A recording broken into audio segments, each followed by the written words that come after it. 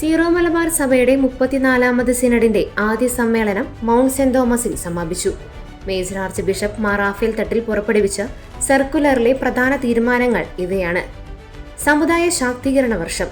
സഭയുടെ വളർച്ചയും അംഗങ്ങളുടെ സാമൂഹിക സാമ്പത്തിക ഉന്നമനവും ലക്ഷ്യമിട്ട് 2026 സമുദായ ശാക്തീകരണ വർഷമായി പ്രഖ്യാപിച്ചു.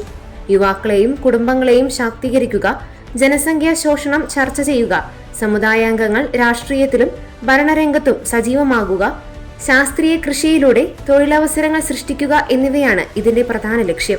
ഏകീകൃത കുർബാനയും സമാധാന ശ്രമങ്ങളും. ഏകീകൃത കുർബാന നടപ്പിലാക്കുന്നതിൽ സഭ ഉറച്ചു നിൽക്കുന്നു. എന്നാൽ എറണാകുളം അങ്കമാലി അതിരൂപതയിലെ സാഹചര്യം പരിഗണിച്ച് അവിടെ കുർബാന ഏകീകരണം ഘട്ടം ഘട്ടമായി നടപ്പിലാക്കാൻ സിനഡ് തീരുമാനിച്ചു. പ്രതിഷേധങ്ങൾ ഒഴിവാക്കി എല്ലാവരും അനുരഞ്ജനത്തിന്റെ പാത സ്വീകരിക്കണമെന്ന് മേജർ ആർച്ച് ബിഷപ്പ് ആഹ്വാനം ചെയ്തു. ഗൾഫ് മേഖലയിൽ അപ്പസ്തോലിക് വിസിറ്റർ.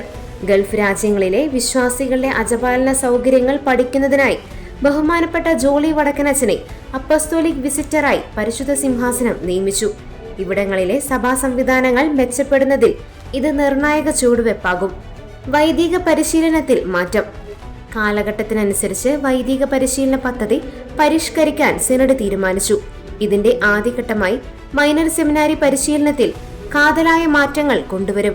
ആത്മീയതയോടൊപ്പം സാമൂഹിക പ്രതിബദ്ധതയും സാങ്കേതിക നൈപുണ്യമുള്ള വൈദികരെ വാർത്തെടുക്കുകയാണ് ലക്ഷ്യം. പുതിയ മിഷണറി പ്രസ്ഥാനം. അൽമയർക്കായി ജീവൻ ജ്യോതി സീറോ മലബാർ മിഷണറി മൂവ്മെന്റ് എന്ന പേരിൽ പുതിയ പ്രേക്ഷിത മുന്നേറ്റം ആരംഭിക്കും.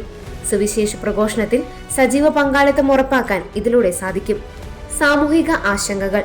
ഭാരതത്തിന്റെ ചില ഭാഗങ്ങളിൽ ക്രൈസ്തവർക്കെതിരെ നടക്കുന്ന അതിക്രമങ്ങളിൽ സിനഡ് ആശങ്ക രേഖപ്പെടുത്തി.